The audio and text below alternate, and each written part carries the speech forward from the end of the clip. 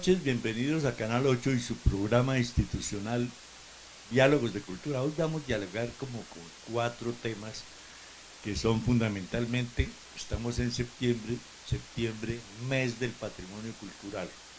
Y entonces toca hacer algo por el patrimonio, así lo hemos venido haciendo a través de periódicos como El Vigía hace 10 años o más temprano en este del Lunático, que junto con Giovanni Di Filippo y Hugo Quintero organizamos hace mucho tiempo, pero realmente la cultura en general y el patrimonio mucho menos es querido y patrocinado ni por el Estado municipal, de regional o nacional, y mucho menos por los privados que no encuentran en esto una publicidad grande, pero no saben la importancia que tiene el patrimonio cultural en la historia, en la vida anterior, en esta y en las próximas. Alguien se atrevió a decir, un campesino en el sur de Bolívar, hablando de patrimonio cultural y de ordenamiento territorial. El territorio no es nuestro, tan solo lo tomamos prestado de las futuras generaciones. Si no se lo vamos a devolver igual a que lo recibimos, pues por lo menos no lo deterioremos, entreguémoselo de la mejor forma posible, con agua y aire limpios, con buenos paisajes, con ríos, quebradas, mares, aún los humedales que aquí se cubren con sobrantes de materiales de construcción para inhabilitarlos como naturaleza y ponerlos al servicio de la construcción y de la avaricia de muchos de los empresarios de la construcción. Entonces el patrimonio cultural en Chía es rico, es poco promovido porque la gente no conoce el patrimonio, porque no lo estudia, porque no leen y además porque el Estado no se preocupa por mantenerlo. El centro histórico está muy deterioradito y nosotros escribíamos sobre eso en este periódico El Vigía del año 2014, en que decíamos: la ley 1185 de 2008 establece, entre otros aspectos, que en materia de cultura las entidades territoriales deben armonizar sus planes de desarrollo con el Plan Decenal de Cultura y con el Plan Nacional de Desarrollo, y asignar recursos para la conservación, recuperación y protección, sostenibilidad y divulgación, que estamos haciendo hoy aquí, del patrimonio cultural. Los bienes culturales inmuebles deberán ser incorporados por las autoridades en sus planes de ordenamiento territorial. Al respecto, se debe mencionar que los planes especiales de manejo y protección se constituyen en normas de superior jerarquía al momento de elaborar, adaptar, modificar o ajustar los planes de ordenamiento territorial de municipios y distritos.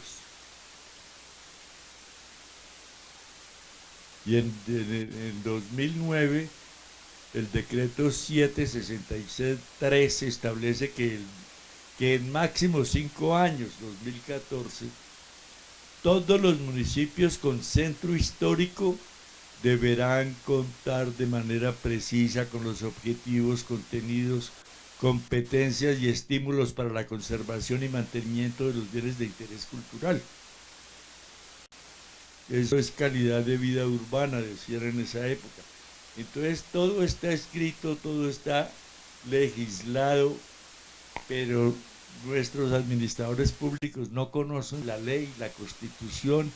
A ellos les interesa mucho es el presupuesto, eso sí, sumar y restar, sobre todo sumar por ejemplo catastro multipropósito, endeudamiento, aumento de los ingresos por impuesto predial, mirar otras fuentes como el IDECUT, que no se utiliza para proteger el patrimonio cultural, o las regalías.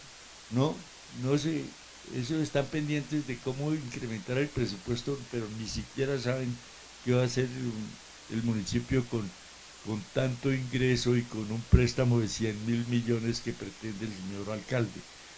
Entonces aquí le vamos a dar la definición para hacer algo de pedagogía de patrimonio cultural. En este periodiquito del año 2011, Patrimonio Cultural de la Nación. El término patrimonio suele definirse como nuestro legado del pasado, nuestro equipaje en el presente y la herencia que les dejaremos a las futuras generaciones para que ellas puedan aprender, maravillarse y disfrutar de él. Esa es una definición de la UNESCO del año 1998. El patrimonio cultural de la nación está constituido por todos los bienes materiales, las manifestaciones inmateriales, los productos y las representaciones de la cultura que son expresión de la nacionalidad colombiana, tales como la lengua castellana, las lenguas y dialectos de las comunidades indígenas, negras y creoles, la tradición, el conocimiento ancestral, el paisaje cultural, las costumbres y los hábitos, así como los bienes materiales de naturaleza mueble e inmueble a los que se les atribuye, entre otros, especial interés histórico, artístico, científico, estético o simbólico en ámbitos como el plástico, arquitectónico, urbano, arqueológico, lingüístico, sonoro, musical, audiovisual, fílmico, testimonial, documental, literario, bibliográfico, museológico o antropológico.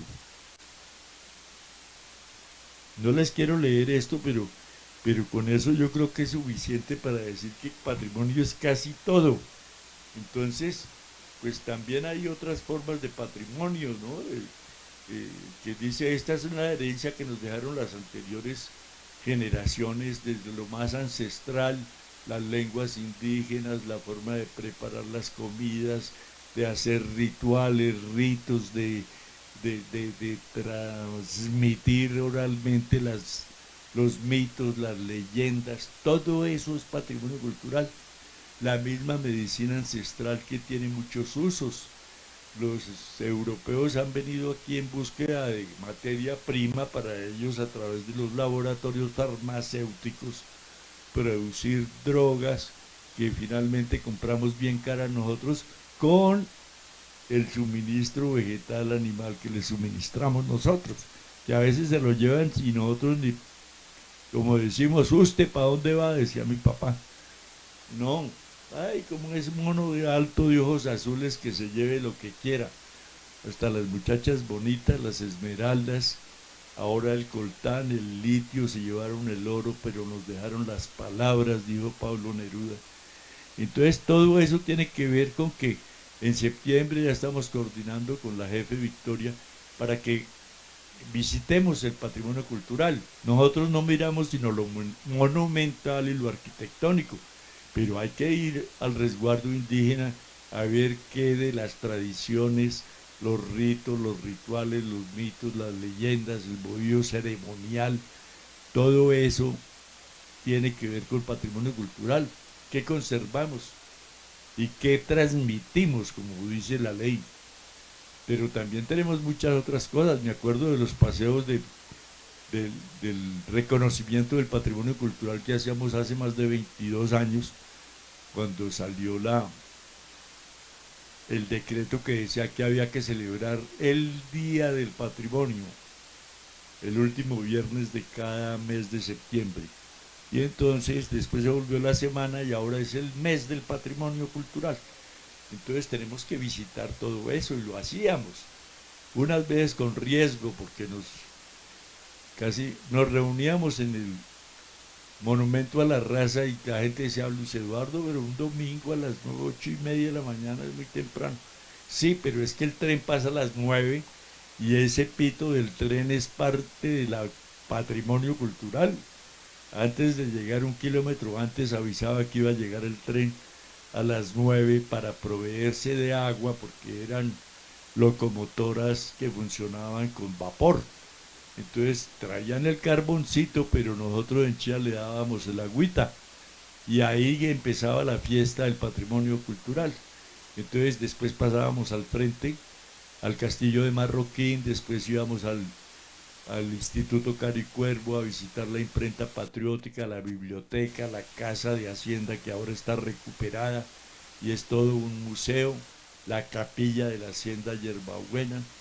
Bueno, y después nos veníamos a visitar la fuente que aparece en el Parque Ospina y que dice que fue colocada en 1910 con motivo del primer centenario de la independencia.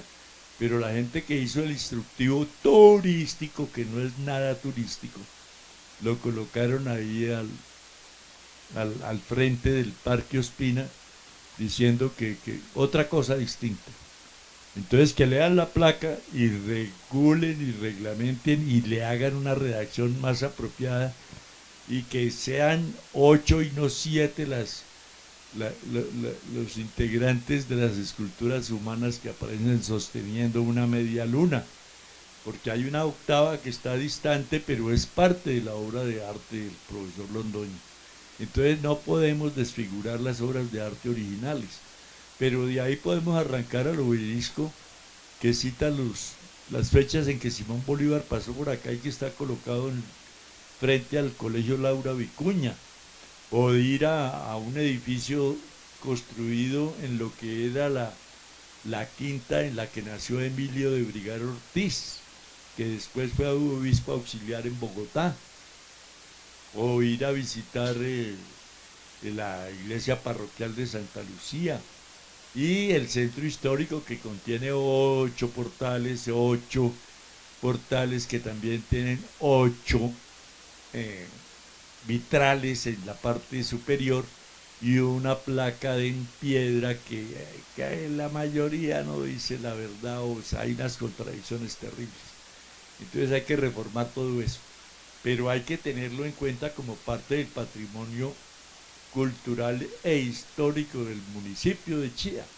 Entonces no se pueden dar licencias para destruir el patrimonio, sino restaurar el patrimonio, mantener el patrimonio y hacer un centro histórico que sea destino turístico cultural. Porque les voy a contar, el Museo del Oro es el primer destino turístico cultural seleccionado por los extranjeros. Y el segundo es Andrés Carne de Res. O sea, estamos bien rankeados, pero podríamos estarlo más y mejor si el centro histórico de Chía se conservara. Pero uno incendió abusivamente un edificio de la esquina al lado de la alcaldía para construir un edificio polarizado. Se tumbaron 2 casas para hacer 2 grandes centros comerciales bonitos, rentables, pero que alteran el entorno arquitectónico del centro histórico. Entonces todo eso hay que tener en cuenta. Hay que conformar un consejo municipal de patrimonio cultural que está establecido por el acuerdo 86 del año 2015, cuando se inició y yo hice parte de, de, del plan decenal de cultura. Entonces también habla la ley que hay que incluir en el plan de ordenamiento territorial la parte del patrimonio cultural, que es para nosotros el patrimonio cultural. Entonces, que seleccionar la iglesia parroquial de Santa Lucía, el obelisco de Laura Vicuña, la fuente del Parque Ospina, una cosa que siempre me ha molestado es que hasta yo cometí el error de copiar y decir, es que la diosa Chía está en... No es la diosa Chía, es el mito de creación muisca que colocan ahí a Bachua y Sugunzúa como los Adán y Eva de la religión católica para poblar el mundo muisca. Entonces el mito dice que por orden de Chiminigagua, el señor de la luz y creador del universo, salieron de la laguna de Iguaque cerca de Villa de Leyva, Bachua y Sugunzúa con el propósito de poblar el mundo muisca. Y que cumplido su propósito después de tener partos sucesivos de 4, 5 y hasta 7 hijos, pues regresaron a Iguaque, se convirtieron en 2 grandes serpientes y desaparecieron para siempre. Y el maestro Henry Navarro en el escudo de Chía, en la parte inferior, pinta las dos serpientes, que no es una serpiente con dos cabezas como la pinta la mayoría, sino dos serpientes que son Pacho y Sugunzúa, que desaparecieron en la laguna de Iguaque después de haber poblado el mundo muisca. Entonces todo eso tiene que conservarse. Claro, no entiende que mitos y leyendas con tradición oral pues no es la misma original, porque los humanos le cambiamos según la cultura y la lectura que hayamos hecho, eh, la forma de expresarnos a través de la escritura o la oralitura, las leyendas y los mitos. Pero hay que darle algún sentido lógico, práctico, bonito, que tenga una escritura que sea gustosa de leer, que tenga ritmo, que tenga música, como dicen los escritores. Entonces todo eso tenemos que recordarlo este mes. Hay que ir a la iglesia de la Valvanera, al resguardo indígena, que nos enseñen el bohío, las costumbres, los mitos, las leyendas, la gastronomía, la forma de vestir. Los aruacos, los cancuamos, los cogis en la Sierra Nevada conservan sus atuendos ancestrales y no les da pena ni venir a Bogotá, ni ir a Valledupar, ni a una parte del mundo donde los inviten. Ahora están invitados a la COP16, que es un tema apasionante de la biodiversidad, pero para que nos digan cómo a través de tantas y tantas generaciones han conservado las selvas del Amazonas y cómo se comprometen a guardar esa biodiversidad, no solamente vegetal, animal, climática. Estamos amenazados con el efecto invernadero y el cambio climático, y ellos son los que más saben. Por eso nos dicen hermanos menores, así tengamos 5 maestrías y 2 doctorados, pero somos menores porque ellos consideran que deberíamos darle un mejor tratamiento al agua, a la naturaleza, al paisaje. En Canadá ya lo hicieron. Las personas con maestría o doctorado ganan bien, pero los indígenas que les enseñan la medicina ancestral ganan igual que los maestros. O sea, les están eh, eh, igualando los ingresos dependiendo de lo que le aporten a la sociedad, a la comunidad. Y eso está, me parece re bien. Entonces, un cacique, un indígena, que es a los 3 años cogido de la mano del papá para enseñarle: esta hierba es para el dolor de cabeza, esta para el dolor de muela, este para el dolor de estómago, esta sirve para emborrachar a la gente, el famoso borrachero. Bueno, y le va enseñando. Entonces a los 25 años ha hecho 5 carreras de medicina de las que hacemos en las universidades colombianas. Entonces sabe mucho, ese muchacho de 25 sabe mucho. Carlos Acanamijoy, un gran pintor de la etnia calzada del Putumayo, nos ha representado en el mundo y nunca ha cambiado los pictogramas. Lo que él, a través del yagé, visualiza de lo que es la selva, lo pinta, y tiene una gran acogida en Europa, en China, en todas partes, porque conserva la tradición, conserva lo ancestral. Hugo Jamioy, un poeta de la misma etnia calzada, tiene un poema lindísimo que es como un haiku. Haiku es una forma de hacer poemas en japonés, que no puede pasar de 14 sílabas. Y dice Hugo Jamioy: la soledad tiene ojos de águila, siempre me encuentra. Ese es un poema maravilloso y es de Hugo Jamioy, y seguramente se lo sugirió, se lo enseñó el abuelo, el bisabuelo. Y él lo tiene ahí, y es súper querido como poeta étnico en todo el mundo. Entonces hay que guardar todo eso. No podemos de pasar por la Valvanera, claro, hay que pasar por la Valvanera.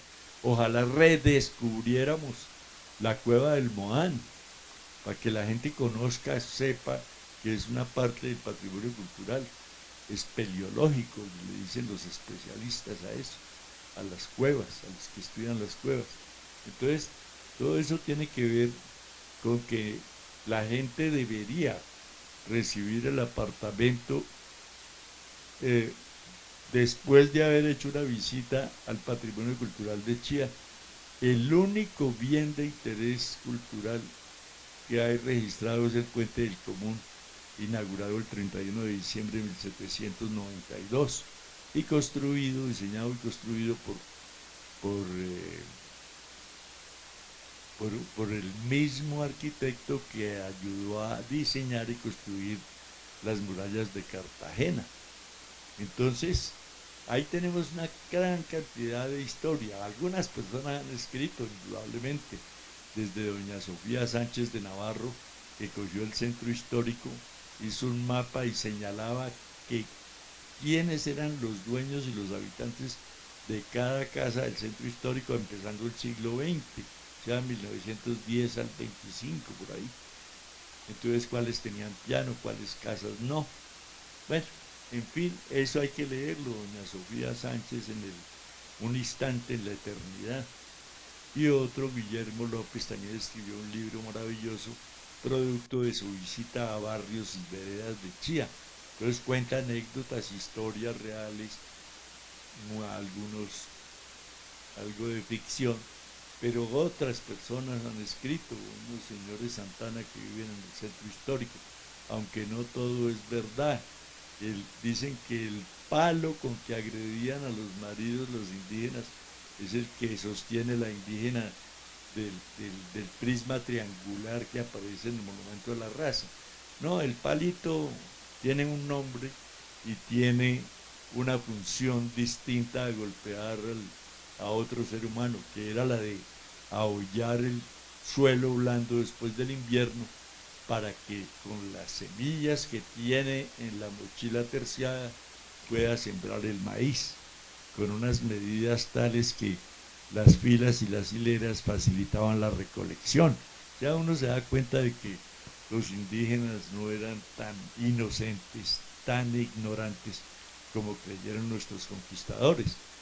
Eran personas que llevaban las cuentas al tejer la mochila, sabían cuánto produjeron, cuánto gastaron y cuánto hay que guardar para la época de escasez, o de las vacas flacas que nos dice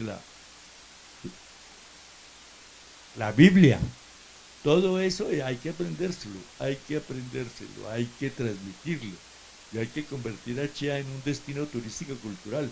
Pero si nombran a una persona en turismo que dice que después del festival gastronómico pueden ir a visitar las malocas que hay en el resguardo indígena, pues estamos perdidos, no hay malocas.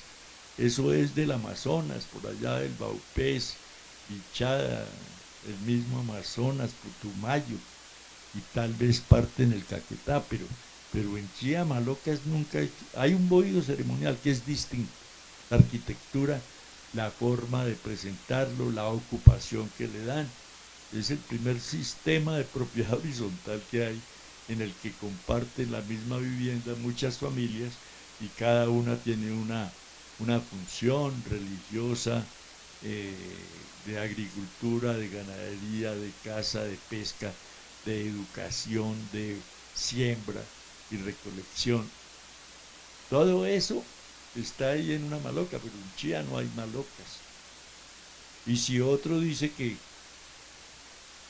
de turismo en administraciones anteriores, que hay que ir a hacer avistamiento de aves en la biblioteca del Centro Cultural Caro y Cuervo, pues estamos fallos. Hay que nombrar gente que por lo menos conozca el municipio, el territorio, que haya leído algo, que transmita verdades y no especulaciones o mentiras. Entonces hay que hacer algo por el patrimonio cultural en este mes y hacer todo lo que dice la ley. Ya les leía partes. Y esta foto, por ejemplo, es del año 2005, cuando íbamos a visitar la estación del tren al Caro, le poníamos monedas a los rieles, la iglesia parroquial de Santa Lucía, cuando no era esta parte amarilla, superior amarilla, sino azul, y se ve más linda así. Esta también tiene 20 años de tomada esa foto. O sea, hay personas en Chía que han hecho mucho por el patrimonio cultural, indudablemente. No todas las personas, pero hay unas 4 o 5. Hay una señora que se llama Mariela, no me acuerdo ni el apellido, pero que estudia, que trabaja con el patrimonio ahí calladitamente y que puede ser una persona miembro de ese Consejo Municipal de Patrimonio Cultural, pero que funcione, que actúe, que haga actas, que le muestren a la comunidad qué está haciendo, pero no llevamos 9 años, desde el año 2015 de vigencia del Acuerdo 86, y para mí, yo pedí las actas hace como año y medio y nunca me han contestado, porque no han reunido nunca una sola vez ese famoso Consejo Municipal. Entonces vamos a dejar por ahí porque esperamos, con la autorización de Victoria y del gerente del canal, poder sacar las cámaras y mostrarles y narrarles un poco más lo que es el patrimonio cultural, material e inmaterial del Chía, que tiene muchas otras cosas, se me escapan a mí la mayoría, pero hay que hacerlo en otros programas. Afortunadamente hemos dejado registros de fotos, periódicos que se han hecho en Chía, como este del Vigía del 2014 y este anterior de Giovanni Di Filippo, Hugo Quintero y Luis Eduardo Vargas del año 2011. O sea, se ha hecho trabajo. Pero bueno, les voy a contar unos eventos culturales que se aproximan. Nos visita desde Rusia, pues de Moscú, donde estudió más de 9 años música con énfasis en piano, Julián Andrés Borges Martínez. Y nos va a regalar, porque ya debiera estar cobrando y cobrando bien por una presentación, por un, pues hay que discutirlo, pero por un concierto o un recital de piano que va a tener ocurrencia el jueves, apunten en su agenda, jueves 12 de septiembre. Jueves 12 de septiembre, 7 empezará, porque esos profesionales de la cultura son muy puntuales, dicen con reloj inglés. 7 es 7, no 7:15 ni 7:30. A quien llegue después de las 7 no se deja entrar porque interrumpe al músico, le altera el orden ahí.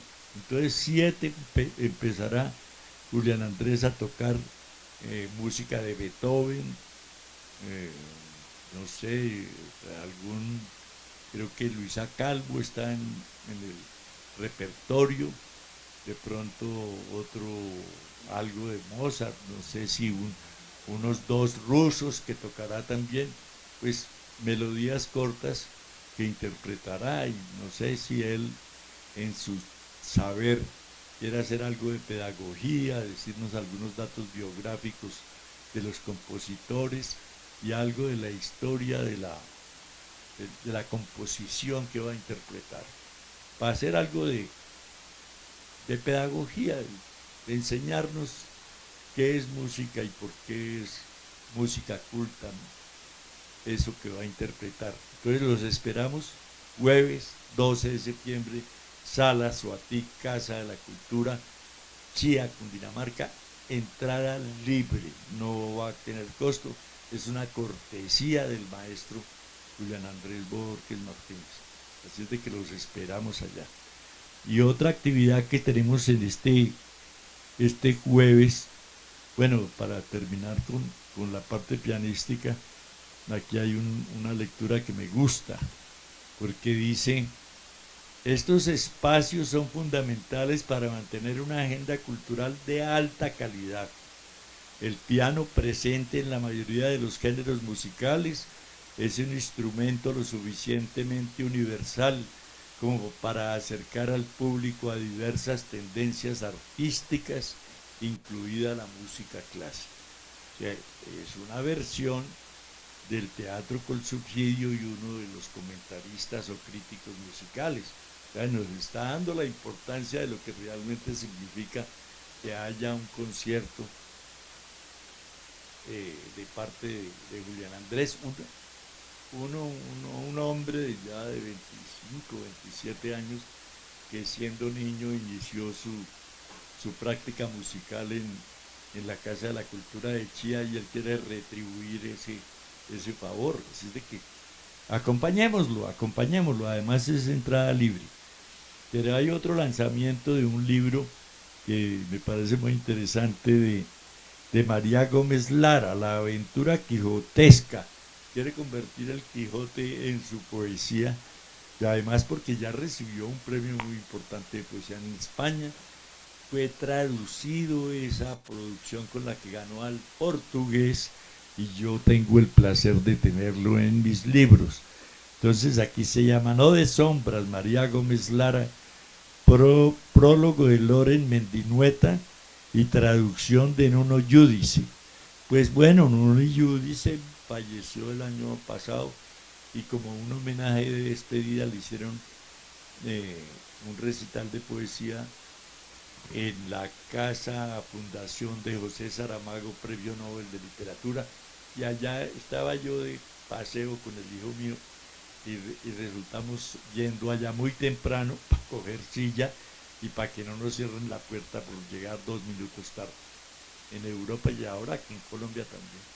Todo el mundo está muy puntual. Llegar media hora antes pues es exagerado, pero si llega uno 10 minutos, conversa con los otros y se relaja, se ubica y participa pasivamente ahí en el recital o en el evento que sea.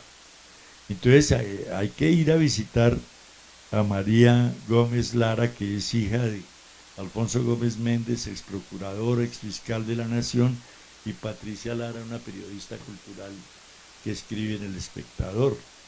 Pero esto tendrá lugar en la carrera octava número 6777 y después en la fiesta del libro de Medellín el 8 de septiembre.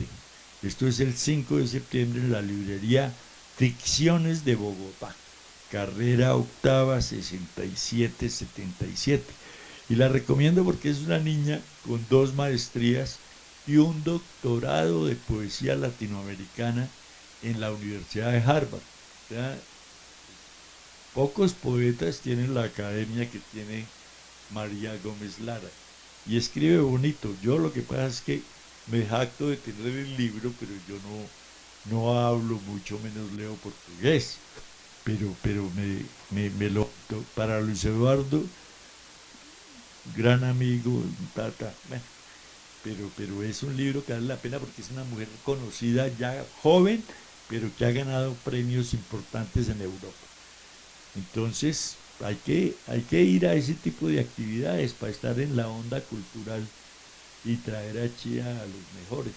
También estaría cumpliendo años María Mercedes Carranza, de fallecida hace un poquito más de 20 años, pero, pero María Mercedes fue directora de la Casa de Poesía Silva y organizó un, un evento que se llamó Que descanse en paz la guerra, y entonces llenó la Plaza de Toros de Santa María en la época que ya no es más Plaza de Toros, ahora es el Centro Cultural Santa María, pero llenó esa plaza porque convocó y para ella el éxito era tener 3.000 poemas, 3.000 poetas que quisieran hablar sobre la guerra y a ver si llegábamos algún día a lo que estamos clamando todos, que llegara una paz total. Y entonces dice uno, ¿cómo esta mujer recibió 35.000, no 3.000, sino 35.000 poemas? Porque era muy reconocida, porque tenía gran credibilidad, porque hacía una gran labor en la Casa de Poesía Silva. Entonces, ¿cómo no recordar a María Mercedes Carranza? Además, hija de Eduardo Carranza, que también era un poeta distinto. Ella decía que no quería parecerse a su papá en la escritura, ¿no? Pues, porque sí, la mayoría de la gente sigue el ritmo, la musicalidad, la temática de sus poemas, no. Ella escribía distinto y pues era muy amiga de la élite política, eh, fue colaboradora en la revista Alternativa, en Cambio. Era una mujer egresada de la Universidad de los Andes con honores, también como hablábamos de María Gómez Lara. Y esas mujeres hay que oírlas, porque ellas sí tienen más fibra en el corazón, que defiende la paz, la familia, la unión, la cordialidad, el ánimo de servir sin pedir nada a cambio. Luchaba contra la corrupción, la violencia, el narcotráfico. Bueno, prefirió no seguir viviendo, claro, después de semejante triunfo para mí. Y para ella no sé, porque duró muy poco tiempo entre la fecha del evento en la Plaza Santa María para premiar a los poetas de Descanse en Paz la Guerra y después el suicidio lamentable de María Mercedes Carranza. Pero ya al final del mes tendremos otro evento que organiza la hija de César Gaviria, Maripaz Gaviria, que se llama Arbo. Arbo es un evento que ya lleva como 18 años y que reúne a lo más granadito, primero de los artistas, segundo de las galerías de arte contemporáneo y últimamente de diseño. El 35% del espacio en la versión del año pasado es diseño, porque el diseño a veces es exclusivo. Entonces yo le digo a la hija mía que me diseñe una mesa de noche con que tenga estos atributos, estos espacios, estos cajones, que me ponga un cajón secreto para guardar mis poemas hasta que yo no autorice la publicación. Es un decir, pero ella lo diseña con tal gusto, con tales materiales, con tales formas de empates entre los palitos, que se convierte realmente en una obra de arte, porque además no está diciendo, bueno, este diseño es mío y quien lo quiera yo se lo vendo, no. A veces se queda en una sola pieza y esa es una de las características de una obra de arte, que no sea repetitiva. Bueno, a veces lo son, como en el caso de los grabados. El artista produce un grabado, pero hay unos talleres de los grabadores que la pueden multiplicar en un acuerdo, en un número tal que está acordado entre el artista y el impresor del grabado. Entonces, 10 para usted y 10 para mí. Y no pueden aparecer en el mercado más de 20. ¿Y quién las vende primero y quién las vende después? ¿Y qué recursos tiene el taller para divulgar la obra y venderla al mejor precio? Si tiene acuerdos con galerías, en qué ubicación están, en qué países. Todo eso es un misterio. Pero hay que ir y aprender de los que saben. Hay mucha intercomunicación. Yo le decía a Maripaz, alguna vez le decía maestra, el primer protagonista de una exposición era la obra de arte. Entonces uno se quedaba mirando una obra de arte y decía, pero ¿de quién es esta maravilla? Mira, ahí está el pintor. O sea, el pintor era el segundo, el artista. Después llegó Marta Traba, que era crítica de arte, y dijo, si nosotros los críticos no decimos quién es artista y quién no, no hay posibilidades de hacer una exposición buena. Después llegó un curador, dijo, si nosotros hicimos el taller, seleccionamos las obras que han de exponerse en la galería o en la exposición o en este evento de árbol, tampoco.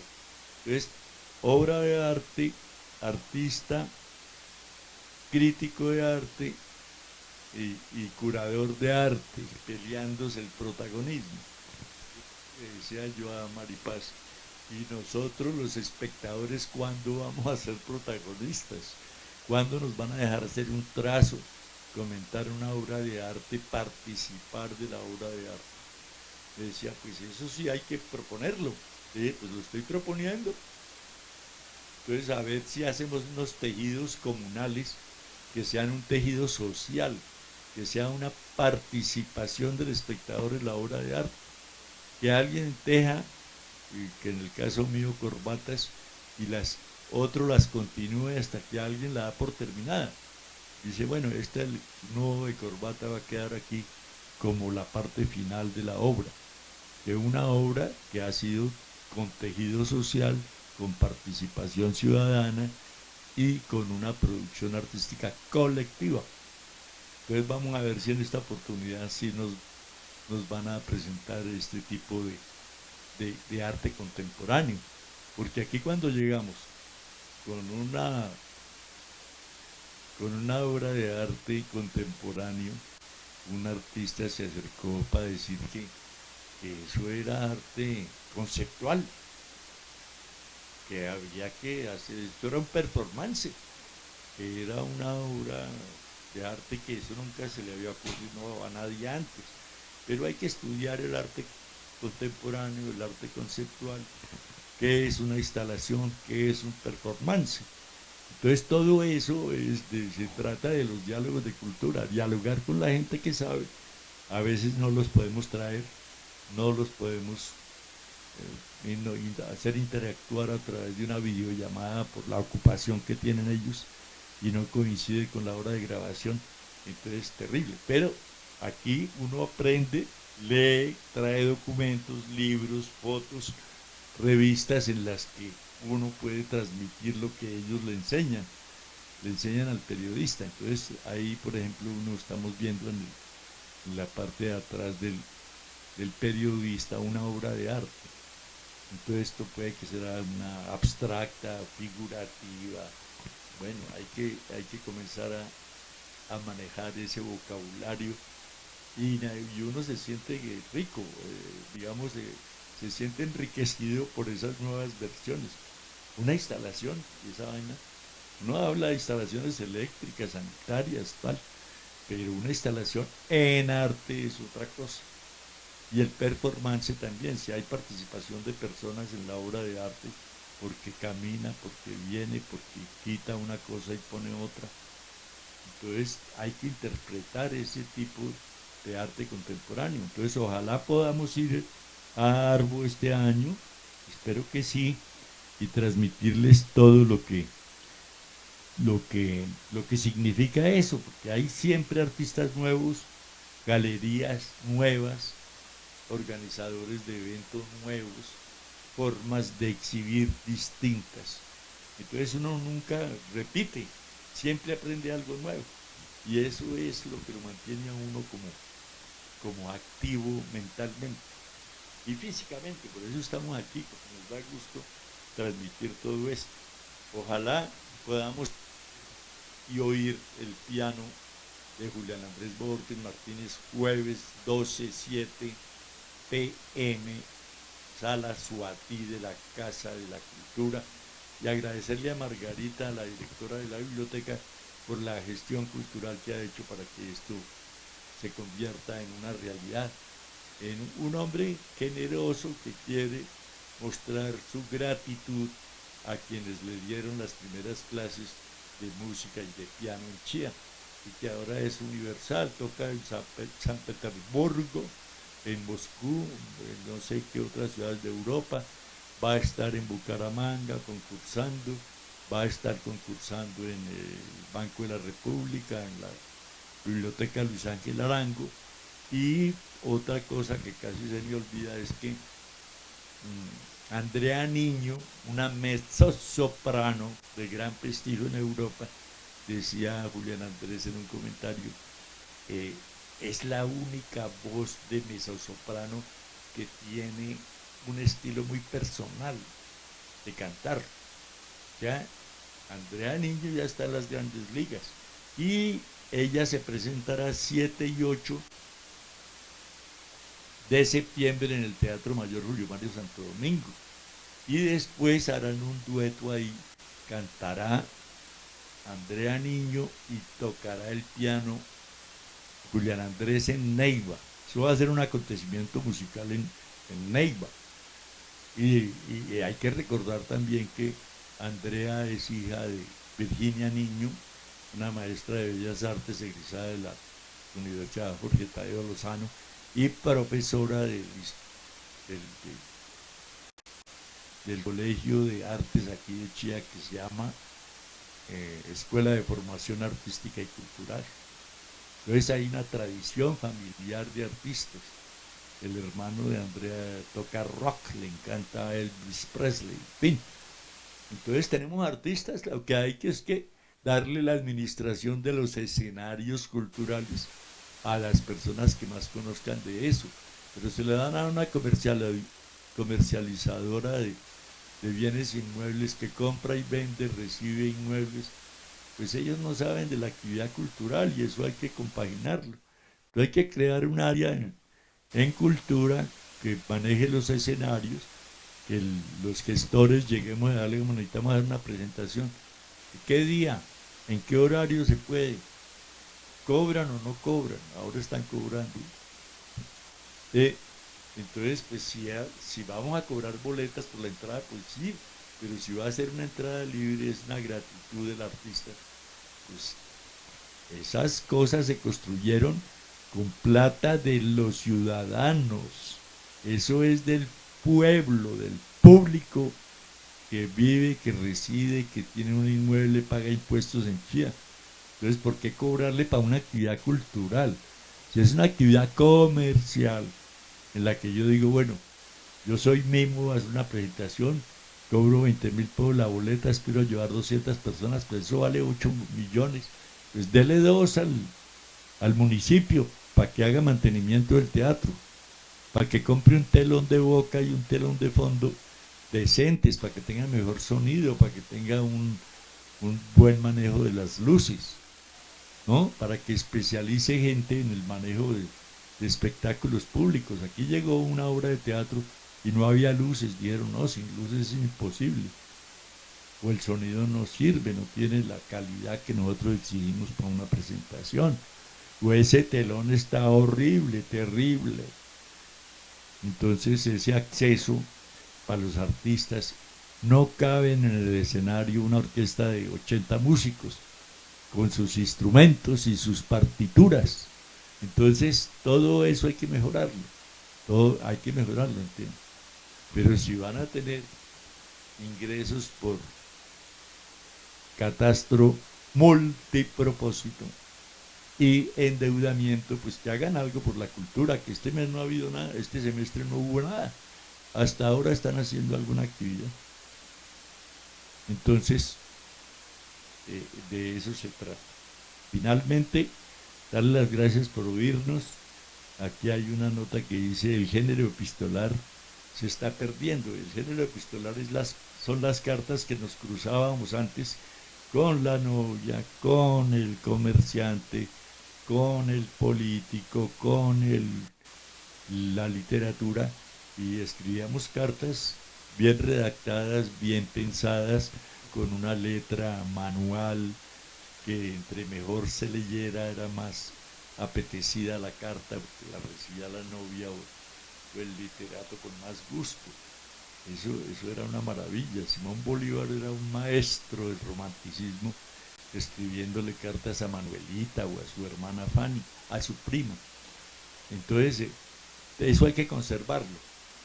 Y las estampillas, lo mismo. Acabo de recibir una clase de historia en la que el filatelista muestra desde el lugar de nacimiento de Cristóbal Colón, el descubrimiento de América, pero antes a la reina Isabel, a Cristóbal Colón, y bueno, la historia de Colombia, Simón Bolívar, Antonio Nariño, Francisco de Paula Santander, a través de estampillas. Eso está en desuso. Volvamos a usar la estampilla. Hay una estampilla exclusiva del Puente del Común que yo tengo y que hizo Ricardo Correa Cubillos cuando fue director de Adpostal. Entonces, cuando uno dice, es que Ricardo era ahijado de Julio César Turbay Ayala, no quiere decir que tenga nada que ver. El padrino lo elige el papá y la mamá, y a uno se lo endilga. Pero si es buena o mala persona, es allá ellos. Entonces nadie puede decir que no, que Ricardo no es ahijado de Julio César Turbay Ayala, y que él a su ahijado lo nombró secretario de gobierno de Bogotá, alcalde encargado, director de Adpostal, miembro de la Junta de Ecopetrol, director de Relaciones Industriales. Y eso está bien. Y nos hizo el favor de contratar un artista para diseñar la estampilla que salió por millones al mundo. No es para guardarla, la estampilla para con saliva pegárselas al sobre que lleva la carta de la que estamos hablando. Entonces ese puente del común se hizo famoso en todo el mundo por cuenta de nosotros, pero por la idea que tuvo Ricardo Correa, a quien desde Diálogos de Cultura le agradecemos en el mes de patrimonio la, la estampilla que hay sobre ese puente del común. Dejemos por ahora ahí, pero seguimos hablando de patrimonio cultural y más noticias y agenda cultural. Buenas noches.